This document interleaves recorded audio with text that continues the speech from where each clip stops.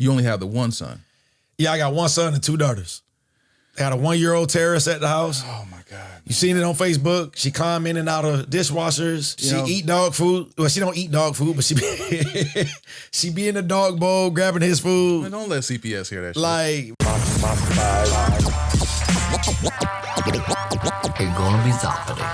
Corey, man, you got a teenager, dog.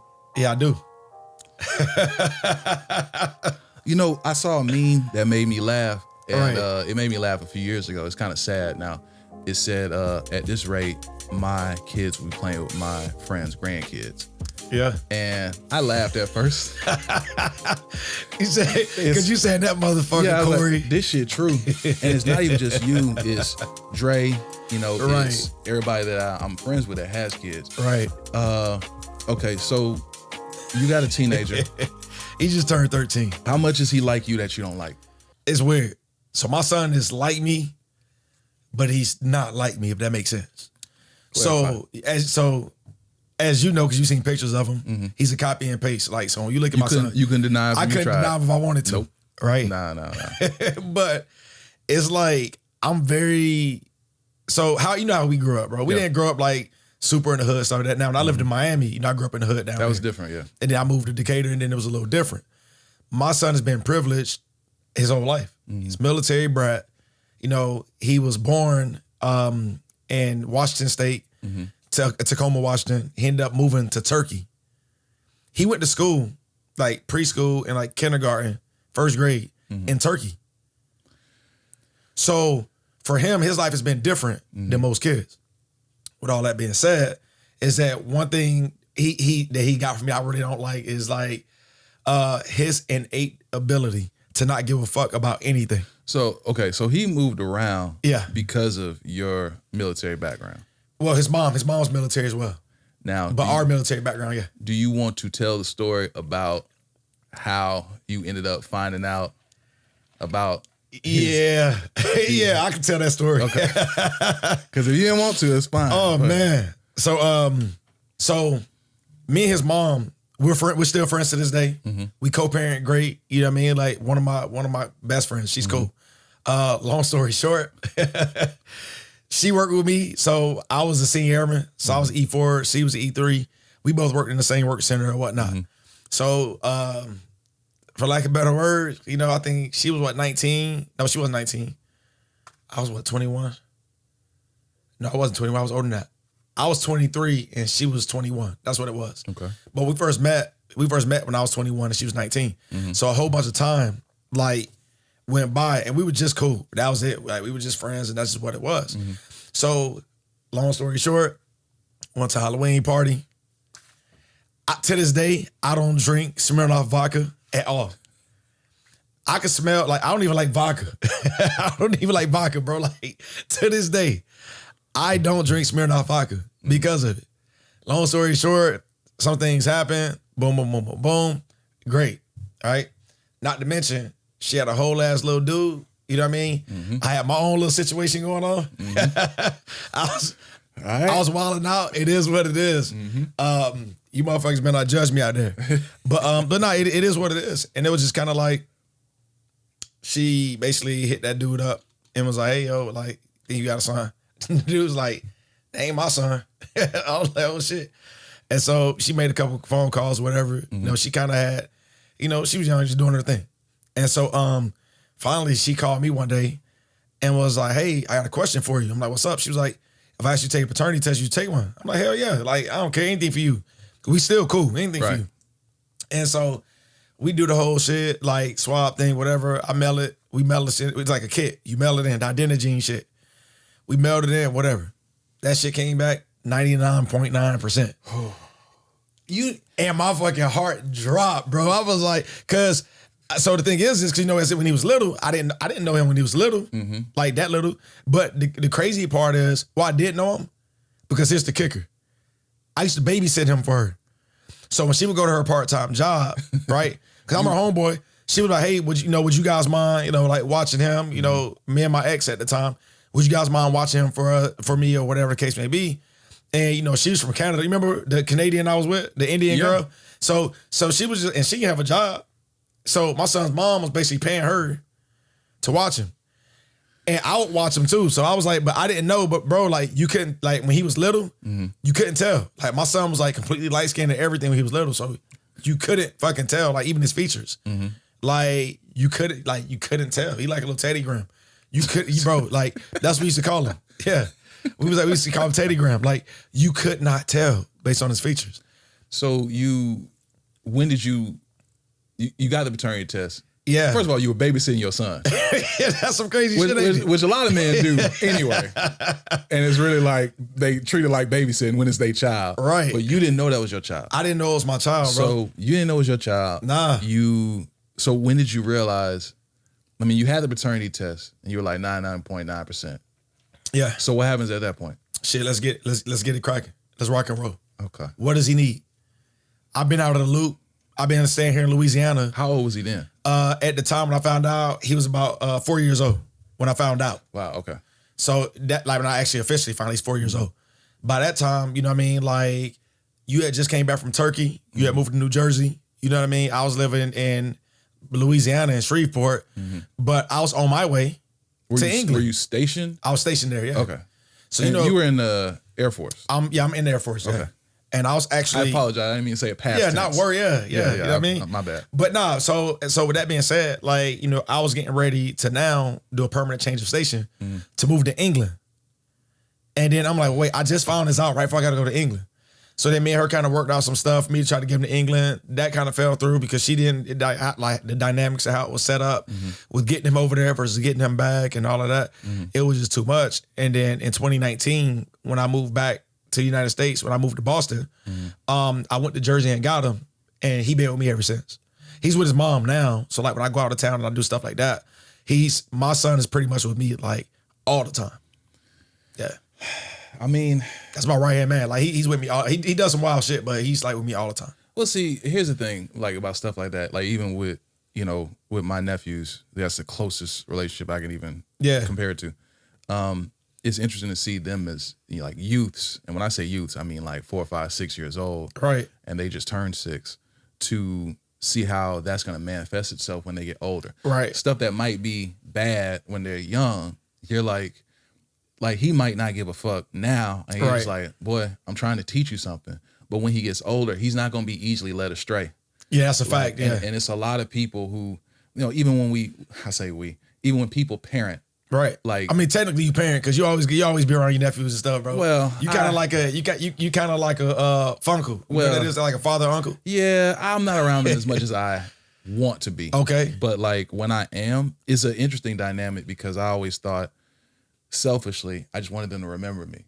And my late father wanted the same thing, like, because he didn't see them as much as he wanted to. Right. But like they still had that core memory of him. So they were able to, get excited when they see him. Right. But like, it's interesting, man. Like when you say he don't give a fuck, just like, don't care, bro. You don't. But like I say, yeah, I think, bro don't care. Do you want him to be in the service too? Would you want him? Nah, I don't wish being in the military on anybody. I am literally I am literally sitting at like 18, almost 19 years, right? I retired in 2024. Me and my son had the conversation. His mom's in the Air Force. My wife is in the Air Force. I'm in the Air Force. His best friend, his dad is in the Air Force. What I told my son is that whether you decide to go to the Air Force, go to college, go to trade school, or whether you decide to not do any of that stuff and you decide to say, hey, I'm going to go backpack for a whole year and I'm going to travel the world. Whatever you chose to do, I'm going to support it. But as far as me having any aspirations of him kind of following after me, it's a poem called Bridge Builder where it talks about that. Like, an old man going on a long highway and he building the bridge for the youth to come out to him, right? I'm not building the bridge for him to come out to me as far as like go to the Air Force, to the military, or any branch of the military. If he chose to do that, then that's on him. But if he don't want to do that, then that's fine. I'm cool with that. I'm good. It's everybody that I talk to who's been in the military, who has children, say the exact same thing. Yeah. Like, and you know what? It's the same conversation with people who I know who either played football, right, or have seen what has happened. So it's interesting to hear, a parent say, "Oh no, we not doing that, like at all." And I think from a physical standpoint, like the football part, I completely understand. Right. and even the military standpoint, because I was telling somebody, you ever seen Jack Reacher? Yeah, I have seen Jack Reacher.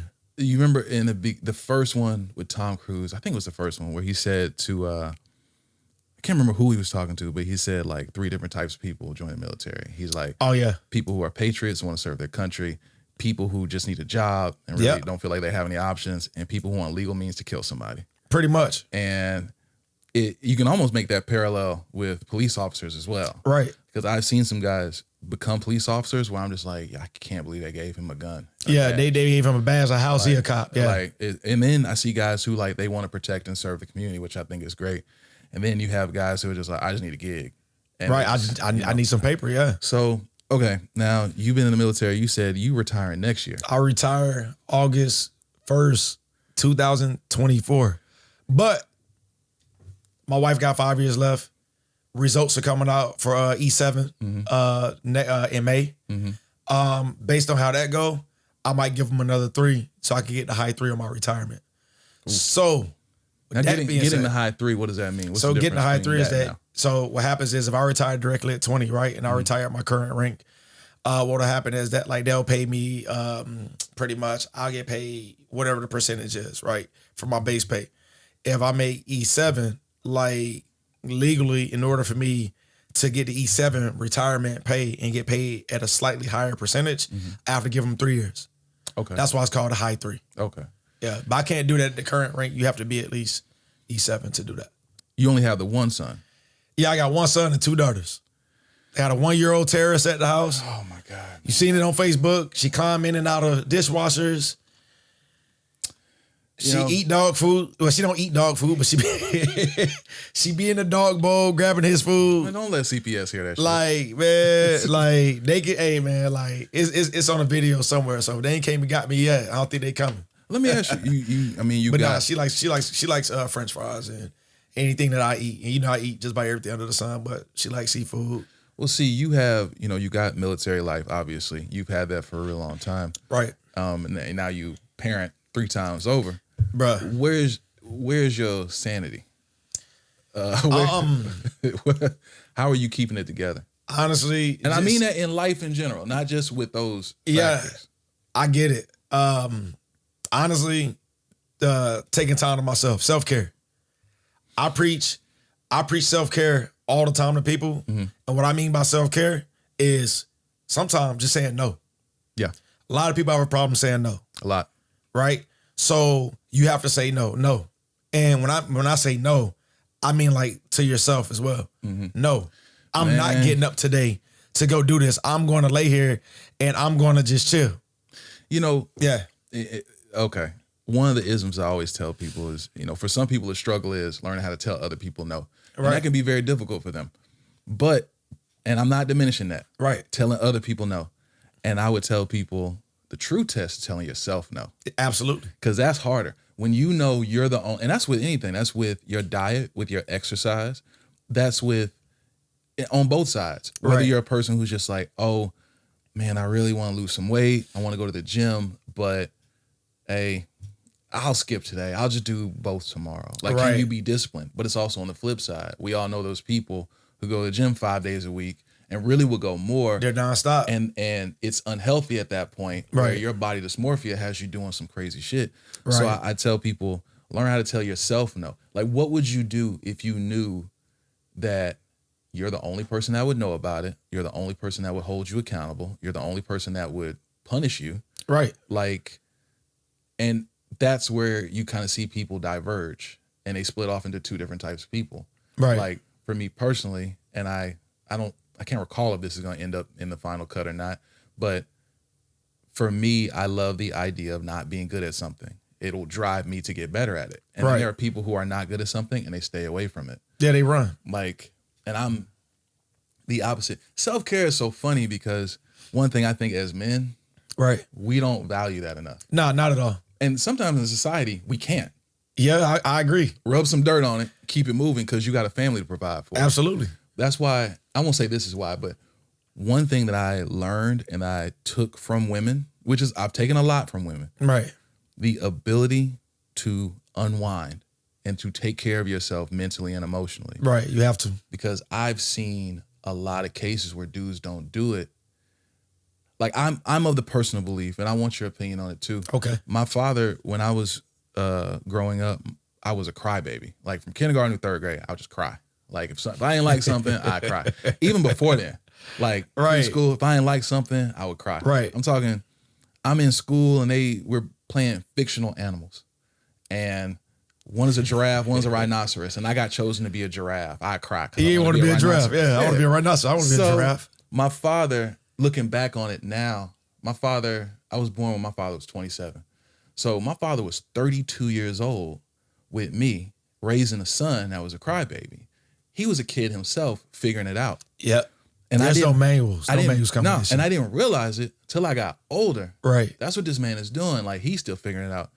So what I love is that my father never stunted me emotionally. He never said, man, you better man up. Boys don't cry. He never did that. Right. I'm of the belief that because of that, there's not a woman that I'm taking it out on. Like, I don't know how to handle my emotions. No, right. I'm good with my emotions. If I'm sad, all right, I'll be sad. Right. If I'm mad, which is rare, I'll be mad. But I'm not taking it out on somebody because I don't, I'm not in a space where I don't know how to handle this. Right.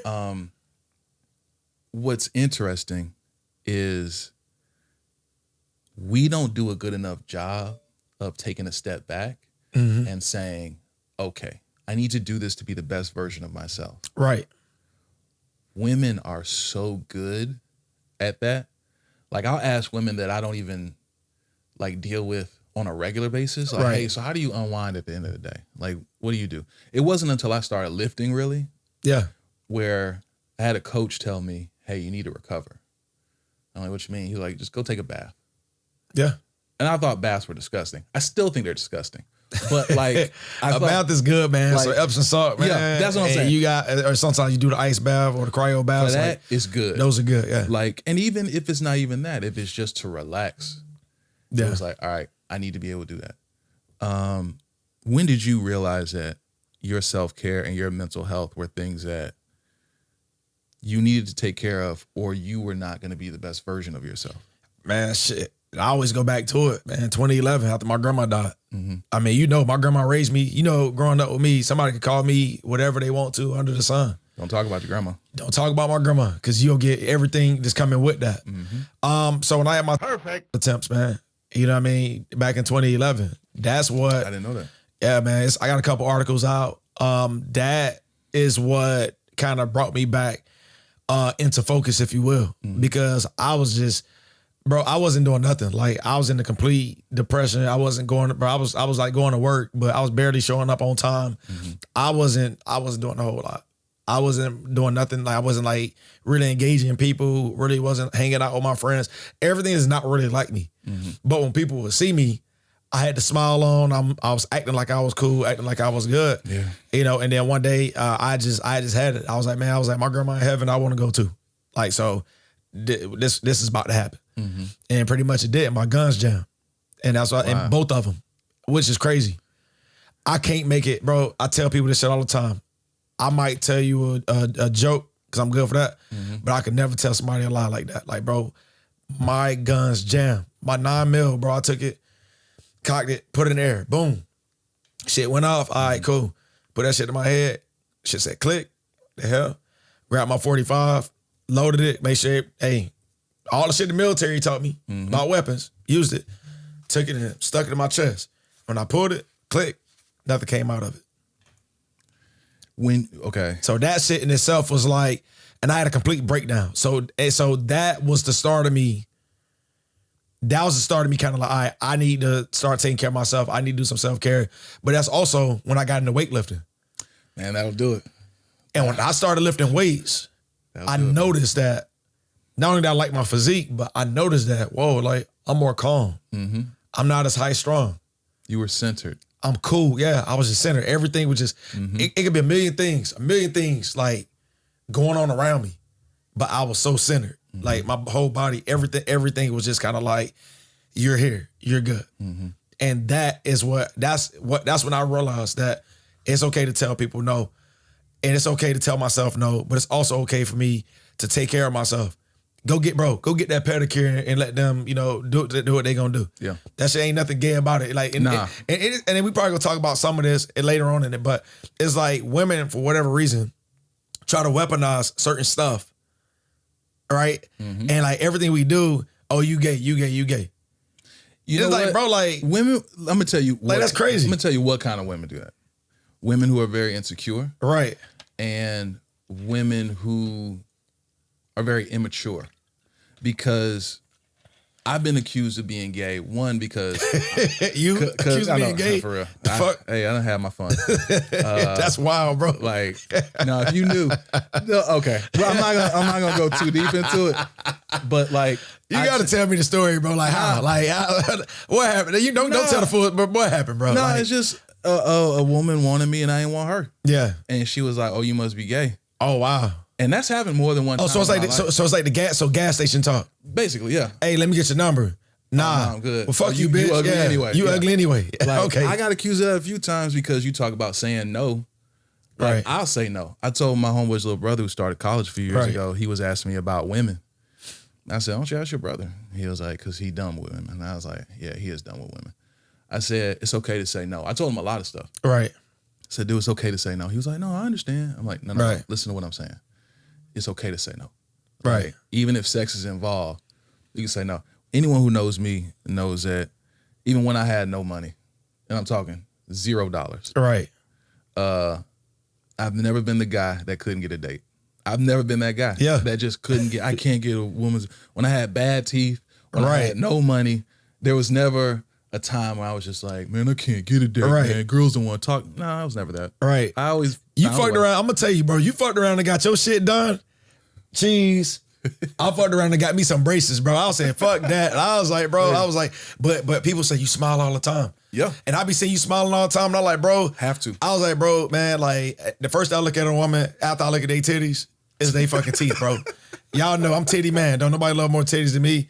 And for y'all who like, oh, he got a wife, he talking about titties. Hey, my wife and I love titties, so don't nobody love titties more than me. Yes. Well, that's beautiful. That's beautiful. But I want to backtrack real quick. You talking about like emotions and all that type of stuff. Yeah. I just want to throw in real quick. It's extremely important because I tell my son this all the time. Mm-hmm. And I'm actually harder on my son than I am my daughters. I can believe that. Some people don't understand that logic, but I'm way harder on him. But I always tell my son, it's okay to cry. Mm-hmm. And I got a phrase I say, hey, well, cry about it. Have you taken the time to shed a tear? Have you taken the time to release? To process it in the process, and then let it go. I think it's personally, and it's just, I've had this opinion for a very long time, and maybe it's because of the upbringing that I had. Right. I think it's abusive. It's emotionally abusive to little boys to tell them not to cry. Yeah, man. It's emotionally abusive to tell a boy to not process his emotions. Absolutely. Simply, we get into a space where, and listen, do I think to an extent masculinity is quote unquote under attack? Depending on who you talk to. Right. Like I don't have an opinion one way or the other. But there's one way to look at it. And it's you have to allow your sons, if you are raising leaders.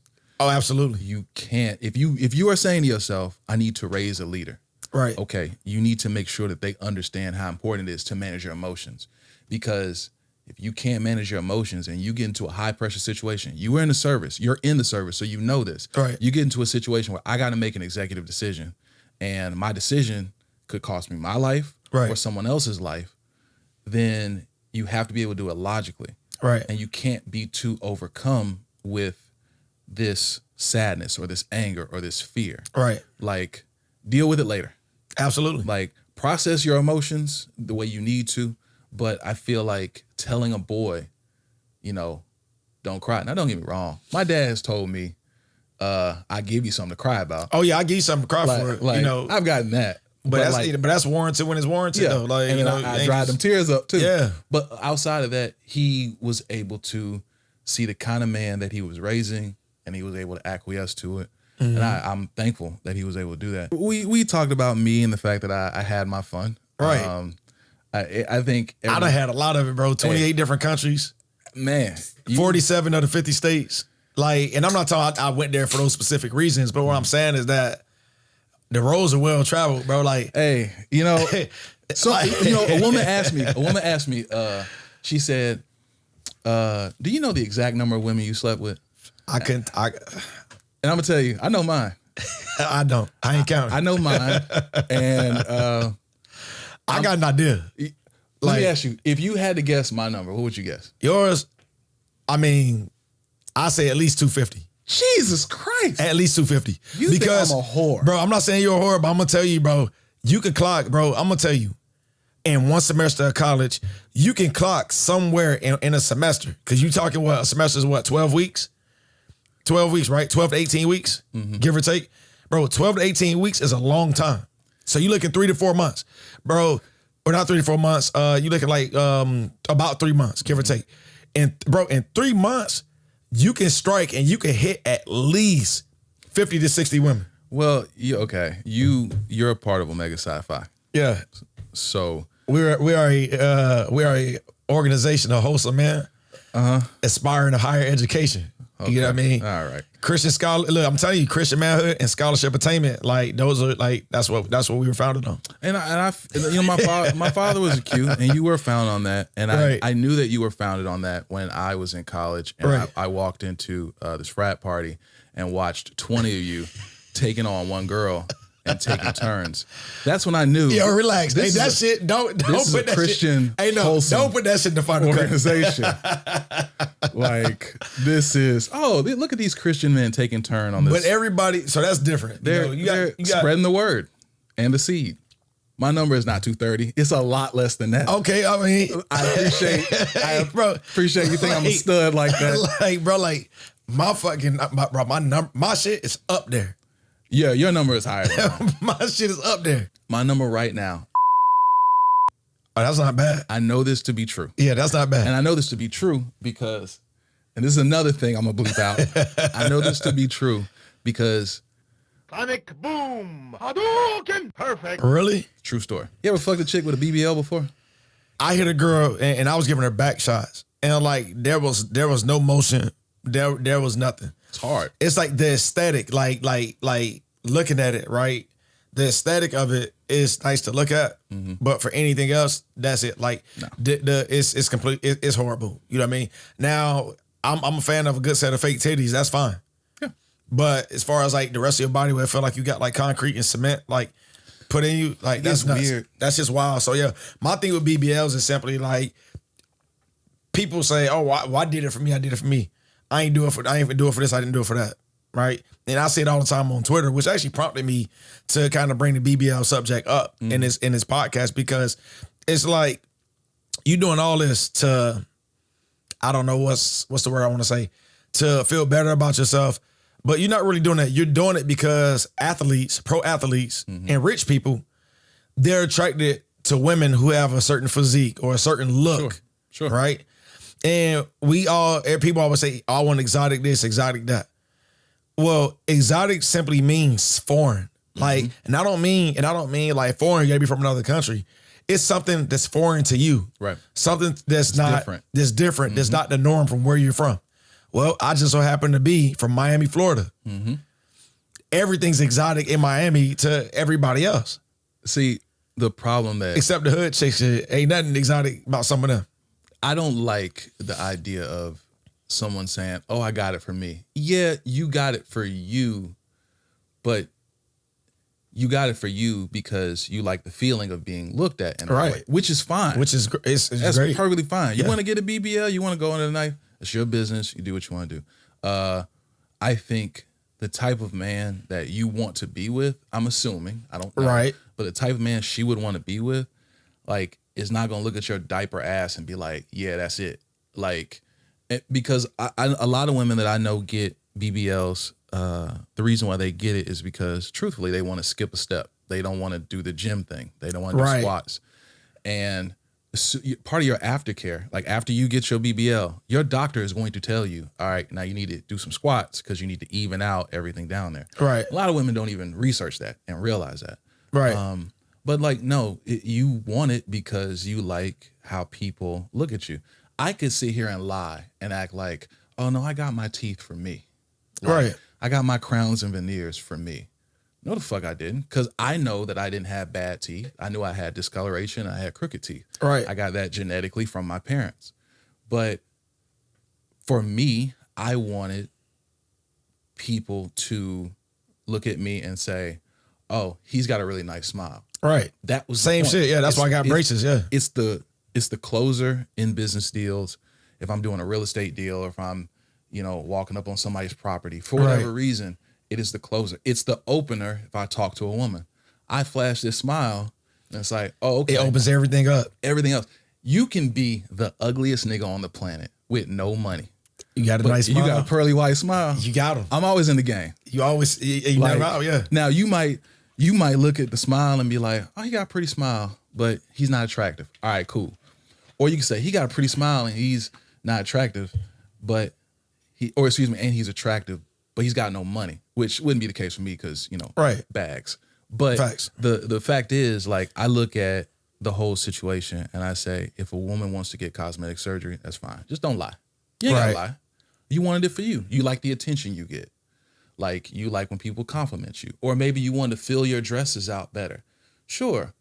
You wanted to fill your dresses out better because people are going to see you. Right. And you want to give off a different look, which I understand. Like, I'm cool with that.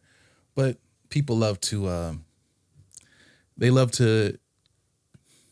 not be a little disingenuous with their reasons for doing things. Of course. And all of the deception where I'm going to the gym and I'm doing this, bro, just be real with yourself. I don't like it. I know a woman who did this. She got a BBL, and then she started doing squats, and then she started selling her workout program to women, saying, I seen that shit. Yeah. I seen something like that too. Like squats, not shots. And I'm just like, no, I know for a fact you went under the knife, which is fine. Right, but don't lie, man. You know what it is? Try to make money. When those fitness influencers, talk about social media influencers, fitness influencers doing trend and doing 500 mgs of test as a base, and then they do some D-ball or some Trembolone or whatever, right, or some Anavar for that matter, and then they get jacked and they're shredded because they didn't took their clenbuterol or whatever, right, and then they turn around and sell a workout program or a supplement.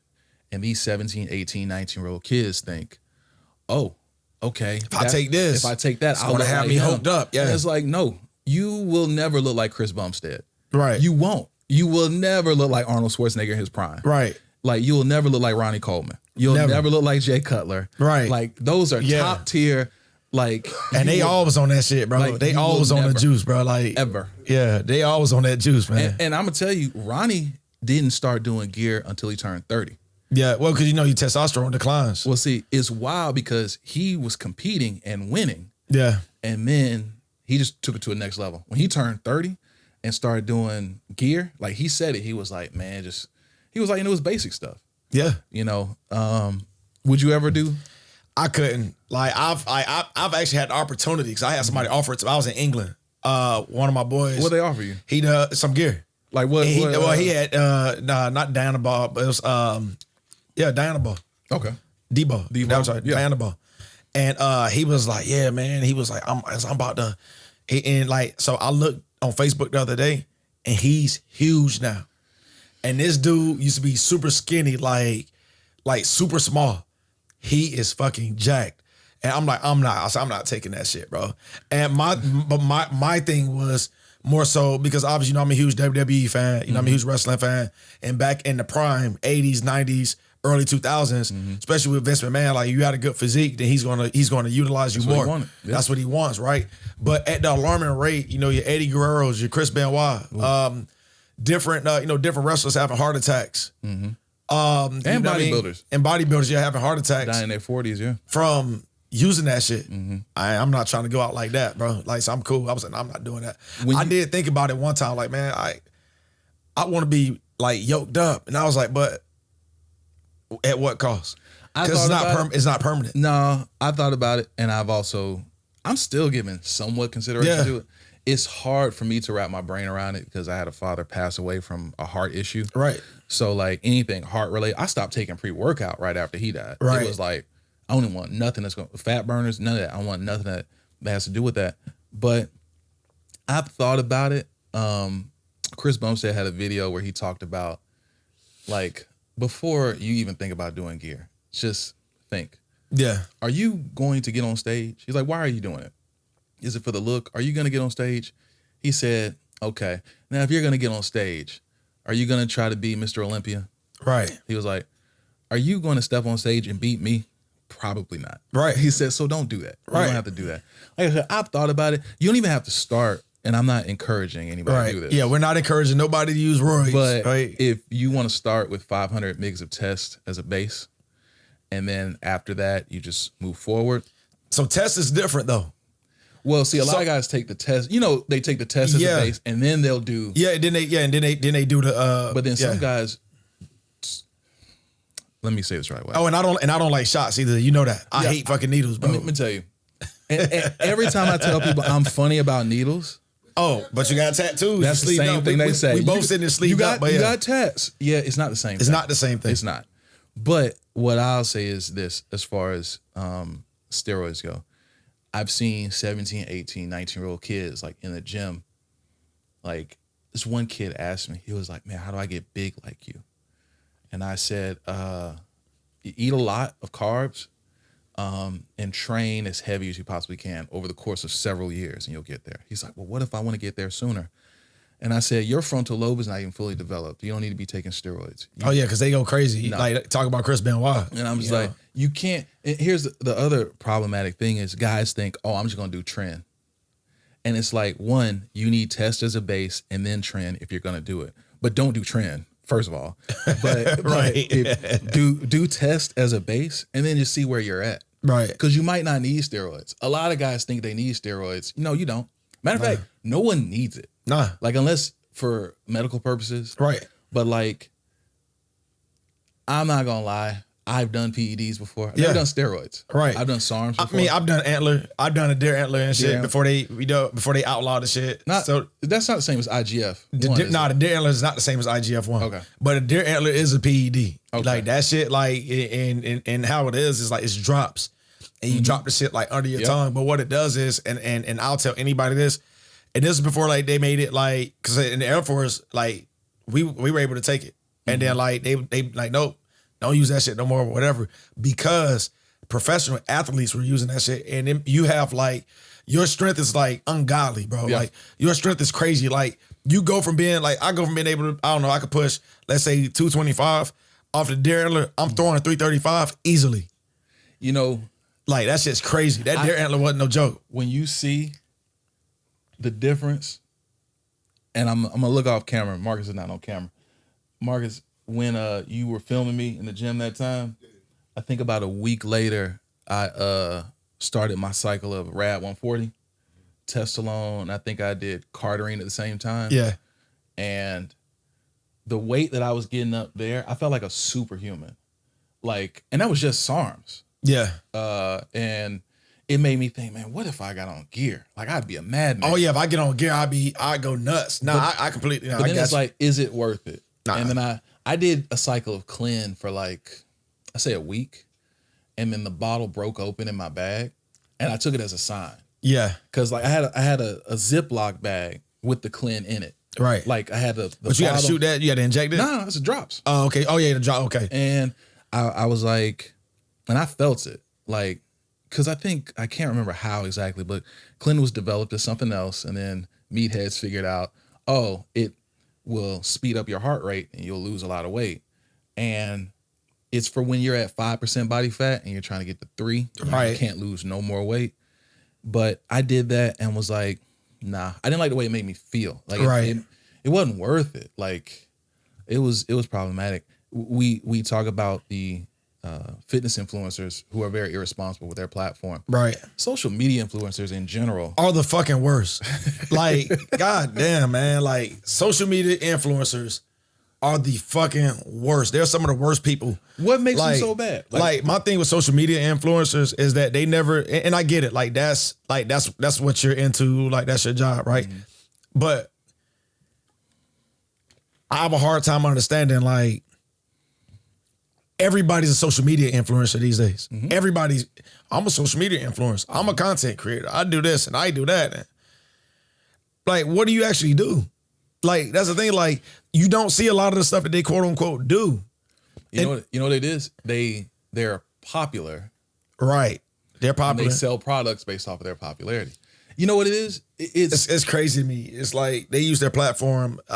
Now go ahead, because I know why I even brought up the social media influencer thing. It just came back to me. Well, see, like the problem is you have people who are popular, and I'm like, well, what's your talent? Like, what do you do? And he's like, well, I'm just popular.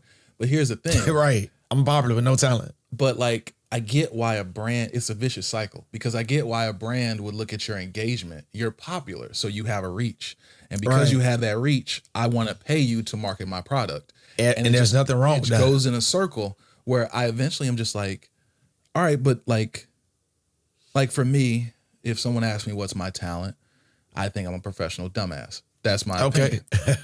But I have business cards that say professional dumbass. That's why. But it's like, okay, what's my real talent? And that's what I'm trying to, find and figure. I have plenty of talents, but what am I going to monetize? Then there are people that I will talk to and say, oh, 100,000 followers. That's dope. Like, well, what do you do?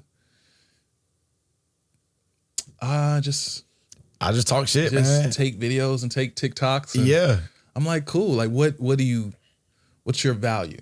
What do you bring to social media other than popularity? And there really isn't anything there. I think to an extent, there are some of them that people live vicariously through. Right.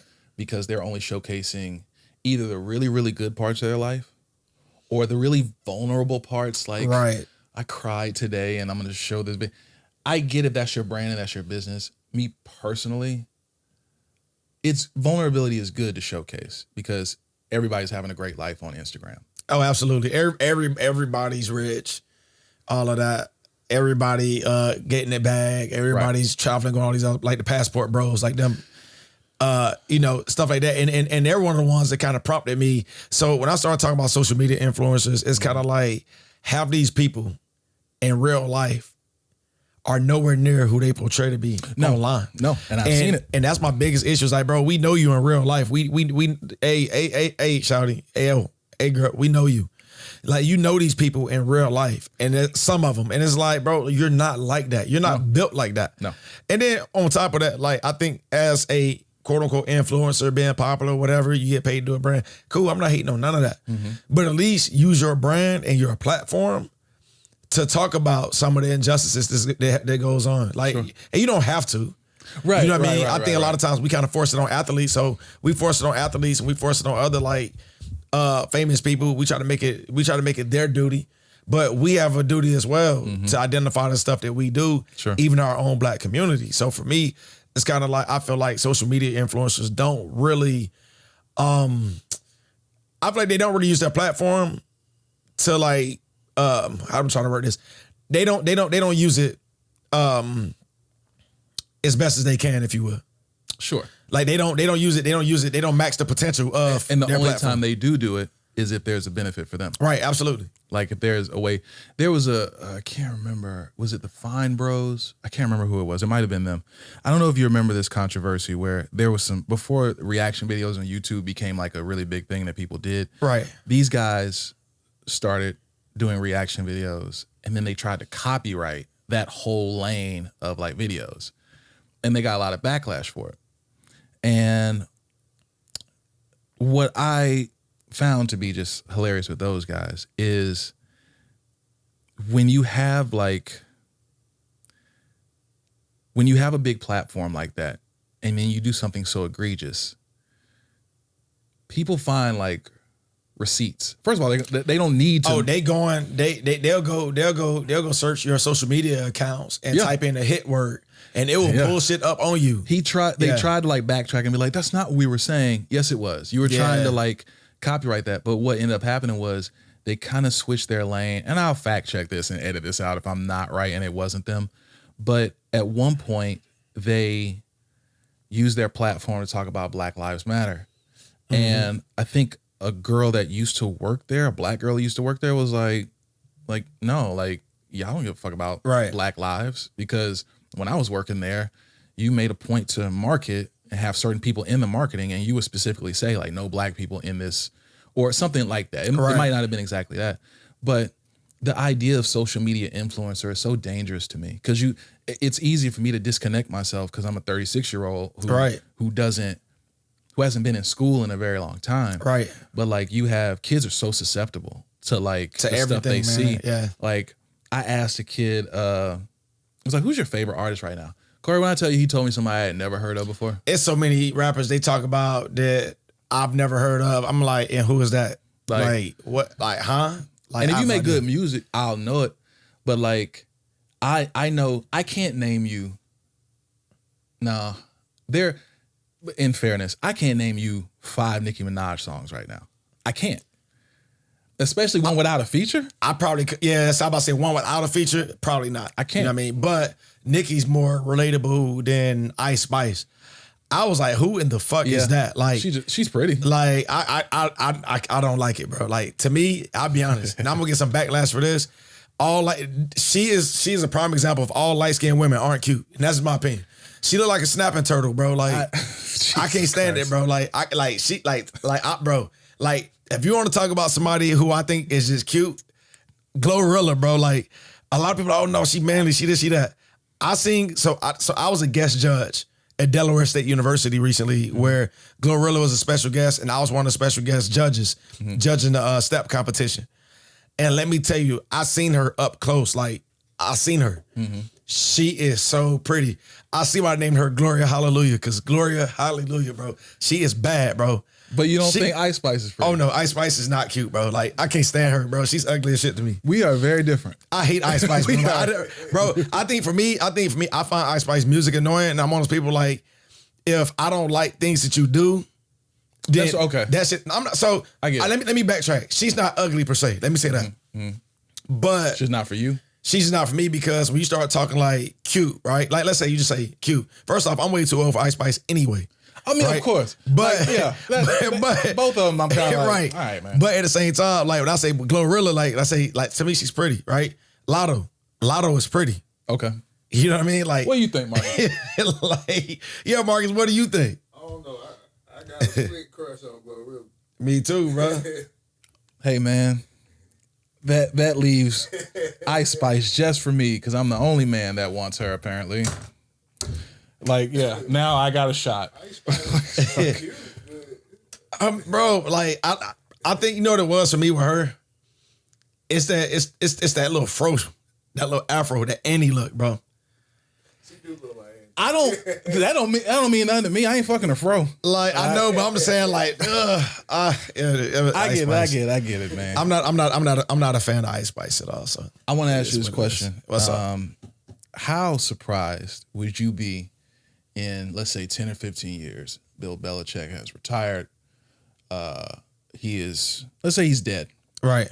Bill Belichick is dead, and we end up finding out that the script for Tom Brady in the fourth quarter against the Falcons was for him to have the greatest comeback in Super Bowl history. How surprised would you be? I wouldn't be surprised. We all know, bro. We all know that professional sports, bro, is rigged. At the end of the day, each brand has their marquee person. Okay. And when you start talking merch and you start talking that type of stuff, yeah, you got a whole bunch of other players, stuff like that. At the end of the day, like sports, there's no way. You can't convince me. Shanahan was the play calling he did that first half. He completely deviated in the second half. Yeah. He went completely away as a coach, because I coach football, I coach baseball, I coach basketball. As a coach, if it's working, you stick to it. You never deviate from the plan. You have never seen Nick Saban. You have never seen Nick Saban, Dabo Swinney, Jimmy Johnson, none of those guys. And I say Jimmy Johnson because obviously I'm old school Miami Hurricanes fan, right? Of course. But even Mario Cristobal and some of the newer guys, Manny Diaz, he's up in Penn State now. You've never seen them when they were winning. You've never seen them deviate from the plan. You've never seen that. So you think it's twofold. You think Shanahan went away from the successful play call. Shanahan went away from the successful play call because he was a part of the script for Tom Brady to have the greatest comeback of all time. Okay. I'm not saying Shanahan was paid off for any of that. I'm not saying that. What I'm saying is, I'm dead ass. What I think happened, and I tell people this shit all the time, man. And the Falcons, they give me, I love them, but I hate them. But man, I like when they win a game and you go on Twitter and you say, "Hey, Atlanta Falcons, I love you." Atlanta Oh Falcons. yeah, that's my I hate kid. you. That's your I shit. hate y'all. I hate y'all. Didn't they block you or something? Nah, You got blocked by the Falcons. I'm blocked by Bill Cosby. I'm blocked by Tucker Carlson. I'm blocked by who else am I blocked by? Is it Elton John? No, Elton John. I'm not blocked by Elton John. It's Tucker Carlson. It's Bill Cosby. Who else am I blocked by? Was it Marjorie Taylor Greene? This dude terrorizing everybody. Did she block me? I gotta look this up, man. Where my phone at? Is my phone over there, Marcus? I gotta see. Is Bill Cosby blocked me? Oh, Boosie. Boosie. Oh, blocked little me. Boosie got you? Boosie blocked me. Yeah, Boosie blocked me. Like this one. Nah, that's my old one. It's all good. Boosie blocked me. Bill Cosby blocked me. Tucker Carlson blocked me. I feel like there's somebody else that blocked me. Right. But I don't even terrorize. I'm not like you. I don't terrorize people. You're a full on terrorist. Like you. That's why you got deleted for a year. Yeah, they got me up out of there, bro. Twitter definitely got me up out of there. I am notorious for cooking people, but actually what they got me for was it was a tweet that I had put up, and this dude he made a comment. It was like back in he made a comment, and I'm like, first of all, how do you see any of my tweets from like 3-4 months ago? So that was weird to me. But a lot of my stuff happens to just trend. Like I post stuff and it just trends. This happens. Yeah, right. So yeah, because it's crazy, it's outlandish. And he said something, and I was like, okay. I was like, bro, I was like whining about it then, like, who cares? And then he started getting crazy. So now we start going back to like social media in itself and how people like, I'm probably worse in real life than what I am on social media. And I think a lot of you guys know that. For the people who know me, I fight. Like I like to fight. I don't have a problem doing it. I've seen Corey kill someone. So with my bare hands. It was a child. Nah. It was a Yeah, kid. it was a little 4 years redhead. old. It was a redhead kid dressed like Chucky. Yeah. That's why he got away with it. He was a redhead kid. Well, I don't care. But no, man, it's like, and he said something, and I told him, I said, listen here, fat boy, these hands still work. They got me out of there just because of that. That was it. I think that was a strong. Wait. Yeah. You fat shamed a man That was fat. which And he doesn't exist, by the way. right, and he looked like a pug. I got his, bruh. I told him, I said, it said, you violated our guidelines and blah, blah, blah. And I told him, I said, bro, I beat your fat ass, bro. How many warrants do you have right now? Warrants? Yeah. Shit, none that I know of, but ain't no telling. Okay, all right. Ask me how many warrants. Like, ask me how many like kids I got that I don't know about, but I couldn't tell you. Hey, shit, you crossed that bridge before. Right, man. So it can't be. Hey, you never know, bro. Like stranger things have happened. But yeah, man. Like my whole persona is just me, the person. Mm-hmm. When have you ever known me not to roast somebody or talk shit? You are all. I'm gonna tell you something, and I'm glad Marcus is here for this. I hate the fact that I don't have a microphone for you. Yeah, Like, we hate the fact that we don't have a microphone for you. But the one thing that's always been consistent with you is you've been a talker. Oh yeah, And I wasn't always like that. Like I had to grow into that, being comfortable speaking, right. like and being now I won't shut the fuck up. But And there's nothing wrong with that. like, yeah, Somebody gotta do it. I gotta learn how to curve it sometimes because I'll grandstand and talk for like, you know what? And I matched with a chick on Tinder who was like me. Right. And we got to talking. Y'all had to talk off. I Y'all couldn't motherfuckers get a word in. Yeah. And she was just talking about herself for like 5-10 minute intervals. And honestly, at first I was refreshed by it. I was like, good, I ain't got to carry the conversation. And then she would just keep going. And I'm just like, oh, this is terrible. Like, is this what I do to people? And then I realized, fuck you if you don't like it. Right. Like, not everyone runs from me. I think honestly, it stems from for lack of a better term, Right. I think it stems from a trauma that I've had in the past where I didn't speak up and I didn't get something that I wanted. Or a woman would say, and I know now we were younger and they were just bullshitting. Right. But a woman would say, oh, I didn't know you felt that way. So they went and got with another guy. Right. So for me, I said, you ain't never gonna have any doubt about how I feel. So that's why I elocute myself the way that I do, because I don't want there to be any surprises. Right. Excuse me. So you think, in general, sports. Sports are rigged, bro. Like you got so many people like betting on it and stuff like that. And I'm talking like people like with money. And then let's not even talk about the mob or like the mafia get involved. Oh, that's like once that's involved. And they've been involved with controlling the flow of sports. You know, since the creation of sports. Do you think they're gonna, especially boxing? You think they're gonna legalize betting on WWE? Like you kind of can do it now, but they're really trying to. I don't think that they will, only because one WWE. I mean, it's also scripted, but that's one that you know for a fact it's scripted, right? But with all the spoilers and the way that how things work, to be honest, and how the business is, there's no way you can bet on WWE, you know, and get it right.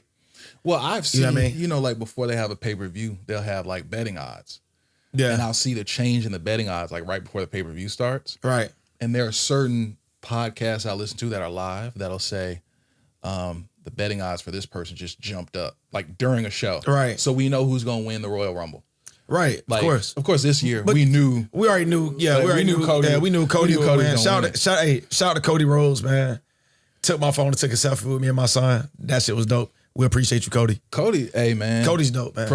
From everything that I've heard, Cody's a dope dude. He's a class act, man. Him and the Bucks. The Bucks are really legit too. Yeah, met the Bucks at the airport one time. Didn't even get a chance, bro. I'm gonna tell you, the experience was so cool. I ain't even think, oh, let me grab a picture with them. Like literally, it was pretty much like, all right, yo, this is like legit, bro. I ran into the Bucks leaving DCA Ronald Reagan Airport. I ran into the Bucks at DCA. Wow. And they super fucking cool, bro. The Bucks super cool. Rigged is an interesting word because I feel like there are a lot of variables that have to go into like getting the outcome that you want. But it's not hard in football. No, hell no. It's not hard in basketball. Nah. That's why point shaving is such a... ask Pete Rose. It's sure as fuck not hard in baseball. Oh, man. When you can... Which he should be in the Hall of Fame, by the way. But that's for the next... We'll talk about that next podcast. But I wish Pete Rose would have just said, all right, you got me. Yeah. I bet on baseball. I shouldn't have done it. That motherfucker pulled a Alec Murdoch. He pulled Alec Murdoch. Right. He lauded it out that shit. Pete was denying the fuck out that shit, He was bro. denying it, like staring you in your face. Telling you. That was Murdoch did, man. I'm offended you would think this. Yeah. And then finally that man said, okay, here's an opportunity for a bag. Let me write this book and say that I did it. And he threw the shit in the book. Yeah. Like, but it's almost like how I feel about steroids in baseball. Right. I can't act like I wasn't enjoying the long ball Barry Bonds. in 98. Yeah. But in fairness, there are certain people that I think should go in, but you should have a caveat. Yeah, you're in the Hall of Fame, but you get that asterisk by your name. Right. That's not an asterisk like in a bad way. It takes away from your ability because Barry Bonds had 2 Hall of Fame careers. Of course, before Juice and after. Right. But you just say during the steroid era. I feel like Rich Eisen was the one who proposed that idea. It might have been Keith Olbermann. Right. But because it's not fair for you to look at Barry Bonds the same way you look at Ken Griffey Jr. It's not. You can't because, the performance was different. And Ken Griffey Jr.'s physical body never changed. Right. Like, he's always tested Barry Bonds clean. turned into a monster. Man, oh, my God, bro. Didn't Mark McGuire get hemmed up, too? They clapped him. He was talking in front of Congress, right? Yeah, they got Mark McGuire for using PEDs and shit. Just be like, hey, man, who was that who did it? Was it Rafael Palmeiro? And was like, Palmeiro, yeah. I never did steroids ever. And then like the next day, they got his ass. It was like, bro, just say you did it. But it's easy for me to say that because I'm on the outside looking in. The one person I know in all the sports who's never done steroids, hands down, John Cena, bro. Dude's never done a roid a day in his life. You might want to debate that, but I'm telling you, because it's John Cena. Like, who can see him doing that? You see what I did there? Yeah, I do. Who can see him? Okay. Who can see him doing that? Like, Marcus, you want to take his place? You get security over here. But yeah, that's just crazy. That's wild. Nah, that's just wild. I don't know, man. You've been asking me a lot of questions. I actually got a question for you because, I ask a lot of like just crazy, like outlandish shit. Okay. Right. And so, you know how they got like the fuck, marry, kill game? Mm-hmm. Fuck, marry, kill. What's her name? Halle Bailey? Or what's her name? Not Halle Bailey. Isn't that her name? Yeah, it is Halle Bailey. Yeah. Yeah, Ghana girl. So you got Halle Bailey. Okay. Right? You got Kamala Harris. Okay. Oh, Kamala. And then, so this is just setting me up for my next question, right? 'Cause I want to know who you fuck, marry, kill all these three. Okay. And then let's say the last one is, I'm trying to think of somebody. I'm trying to think of somebody good. Ice Spice. Since you like Ice Spice so much, fuck, marry, kill. Halle Bailey, Kamala Harris, or Ice Spice. Those are three. I would marry Kamala Harris. What? It's more stability. Okay, yeah, she had that bag. And I have a lot more power. Yeah, that's true. Shit, I don't want to kill anybody. But you got to kill one of them. I'd fuck Ice Spice and I'd kill Halle Bailey only because. No, Halle Bailey is fine as shit. No, I'm not saying she ain't fine, but I gotta kill somebody, and I know the least about her. Like, all right, that's cool. Yeah. All right, so let me ask you this, man, and this is like the craziest shit. So I mean, I don't know, you probably gonna kick me off your show for asking some shit. Would you fuck Candace Owens? Not only would I not fuck Candace Owens. Oh shit. I caught myself hoping and praying that she would. I caught myself like really hoping like that like. Oh yeah. And like that she. That's very grim. Yeah. I mean, I don't look at you no differently, but that's some wild shit, bro. We'll get another chance at it, hopefully. Yeah, like that's crazy. Yeah, like but she definitely is not good, bro. No, Like she is not a good person. Like she is a menace to society. Like she's fucking horrible. Yeah, there's fuck that. it. Yeah, like Now, Corey, that's crazy. What's up? I wrap up every single one of these with 5 questions. Sweet. You're the first person that's going to get these 5 questions. Okay. So you don't know what I'm going to ask. I'm not going to respond. This is not dialogue. This is you giving me this answer. You can answer it as short, as fast as you want. Okay. You ready? Yeah. Okay. Number 5. Who gave you the best advice you've ever received? The most solid advice I've gotten came actually around the time I got court-martialed I got court-martialed in 2019 when I was stationed in England just dealing with some stuff. Obviously, I beat the charges. But the best advice during that time actually came from my mom. Like, legit. Like, yo, you've been through more, you've seen more. Like, or you've been through, like, more stressful situations. Like, don't fold now. Like, you need to stay grounded type shit. So it actually came from her. But the caveat is that a good friend of mine who's in the military, Sean Webb, he had actually gave me some very sound advice as far as like how to carry myself like during the whole proceedings and being in court. Because that was a situation I was unfamiliar with. And he's also my fraternity brother. But What fraternity was it again? Omega Psi Phi Fraternity Incorporated. All right. But between him and my mom, but ultimately I would say during that in that sense, I'll say that was the best advice I had got. What do you know well enough to teach an advanced class on it? Trolling. Like, bro, don't nobody troll harder than me. Like, at the end of the day, bro, I can teach an advanced class on, honestly, and I say trolling jokingly, but emotional intelligence, being able to use discernment and that type of stuff. So it will more so be, I would say, like an emotional intelligence class, because that way I can tie in not only like your interpersonal communication with people, but just also kind of like understanding where people come from, because I read energy, I feel energy and all this stuff, being an empath. So I can kind of help and I can teach people like, hey, like this is how you channel that energy. Where do you feel the most confident? I feel most confident when I'm in the position where I can actually talk about stuff that I know or that I actually do. So for example, if like a couple of days ago, I went and talked to elementary school, right? And I was talking about goal setting. I even threw gun violence in there. I was talking about that. Like, it was basically like just talking about like a bunch of stuff, right? Public speaking. That's why I feel the most comfortable. When you die, what do you want to be remembered for the most? Just how I help people. Like on my epitaph. Like, I mean, I'm getting cremated, so on my urn. This is a side note. I know I never. Yeah. I said I wouldn't interrupt you. Go ahead. I went on a date with a woman who said epithet. Is it epithet or epitaph? No, you said it right. Okay, epitaph, yeah. But she said epithet.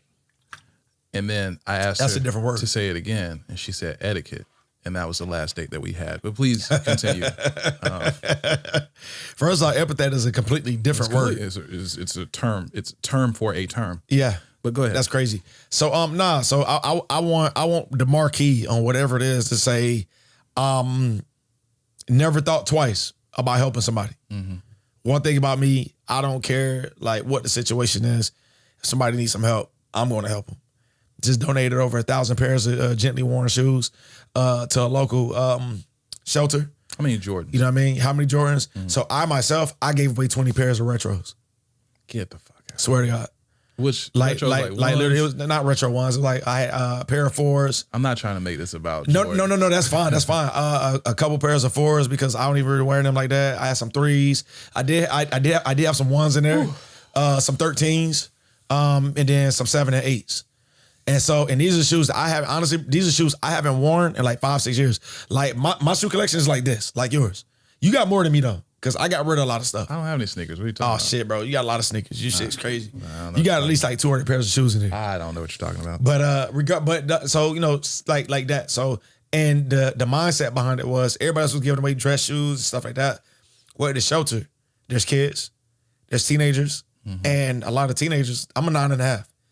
They're about my size and shoes. They'll wear that. So why not give them something that's going to help boost their confidence when they go to school and to put them in a position to where they'll be able to learn, you know, better. So yeah, that's what I do. Like anything coming down, like to helping other people, that's what tugs like on my heartstrings. So that's what need to be on there is that he never thought twice about helping people. Last one, man. Why are you here? Why am I here? It's my purpose, man. Corey. Yeah. One, I'm glad that you're alive. Appreciate it because everybody's calling you. Like, I'm glad that you're here. I'm Googling, like, how do you find, like, if a person was admitted to the hospital, and I'm looking for your mug shot. Like, oh, yeah, everybody else definitely thought I was in jail for some reason. That was crazy. I was like, man, this nigga. I called you. You said, bro, I'm just glad to hear your voice. I ain't care about the podcast at all. Yeah. This nigga's alive. Yeah. Because the last time I couldn't get in touch with somebody was my dad. Right. So it was like, all right, it's different. But I feel it. Outside of that, man, thank you for coming. And I do want to say, like, whenever I've had a thing that I was trying, because life is just about putting tools in your tool belt. Every time I was trying a new thing, you've always supported me. Yeah, no doubt. And you've always been there. And I'm greatly appreciative of that. Nah, bro. Appreciate you, bro. I love you, man. Love you too, brother. Thank you.